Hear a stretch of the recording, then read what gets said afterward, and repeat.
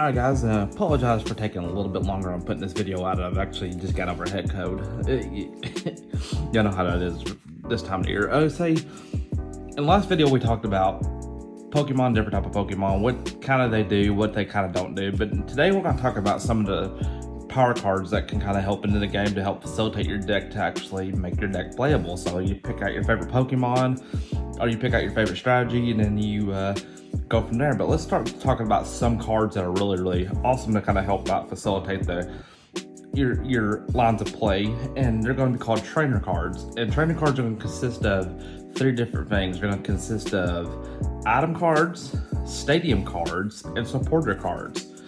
Okay, so let's go ahead and talk. I'm going to showcase a couple item cards here for you. Level Ball, Evolution Incense, Echoing Horn, and Lost Vacuum. Okay, so these cards all serve some type of utility purpose in your deck building. So there's other balls that I just was kind of grabbing when I say that first. So Level Ball is a searcher. So you have other balls such as Quick Ball, Ultra Ball, Hisuian Heavy Ball, and Level Ball that actually help you get into Pokemon or help you like search for to actually help you get more lines of play into the game. As of right now, the only thing that I can guarantee that still will stay in the format post rotation will be Level Ball and Ultra Ball, but we'll just have to see as the Sword and Shield expansion comes out.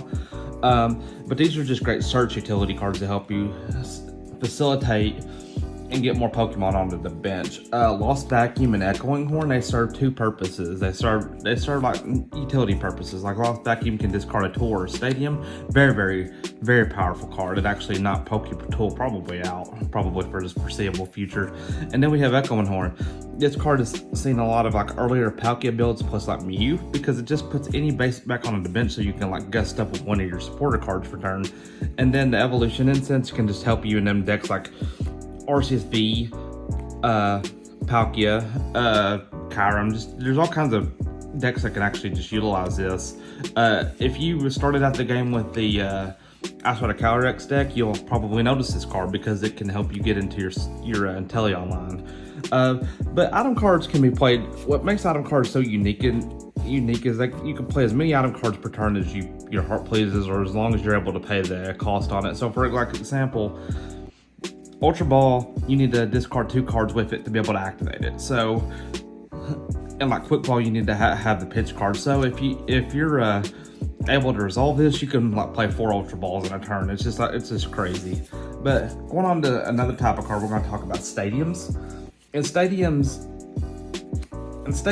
are cards that only could be one in play. So 2 good cards right now, like the Temple of Sinnoh, which locks out a special energy, and then the Pokestop would actually let you dig into some of your item cards that being seen like Mew decks and like other really cool one prize decks. These are just really good staple cards in your deck building. So, or just like fairy crafting and testing. Like you might play this in a Mew or like a Regikit build, where like you might play this in more of a slow control paced deck like Giratina. It's just going to be personal preference. A really powerful stadium right now is going to be called Path to the Peak. So if your strategy kind of takes a little bit longer to like build its turns up, and your stuff doesn't really care about Path to the Peak, then Path to the Peak's a really good choice. Or like if you're playing a lot of Lugia or a lot of Mew, you might take this into your deck just to kind of give yourself a better chance around their Meloetta or around their Yveltal. And then like Pokestop, for example, it's just there like to dig into like the ball cards, like we stated before. Now keep in mind, guys, you can only play 1 stadium per turn, and you can only have 1 of that stadium in play. So like you cannot Pokestop for Pokestop to get your hand down. You can't like Temple of Sinnoh to get your hand down. So that's just really key important things that you need to note when you're playing in a competitive game, or you're playing or just playing casual for fun at the house. And then the last card I'll talk about in this video is going to be called supporter cards. Okay, if you go first, you cannot play a supporter card. So ideally, you need to, when you're deck building, you need to think, okay, am I better going first or am I better going second? So some decks like need to get their supporter cards going first. Some decks need to get their supporter cards going second to get their engines rolling.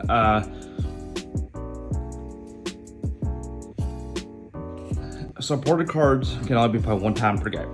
You cannot play no more than one. So I'm just gonna kind of show you like I'm just gonna show you two different types here, and then we'll cut this video off for today. Melody.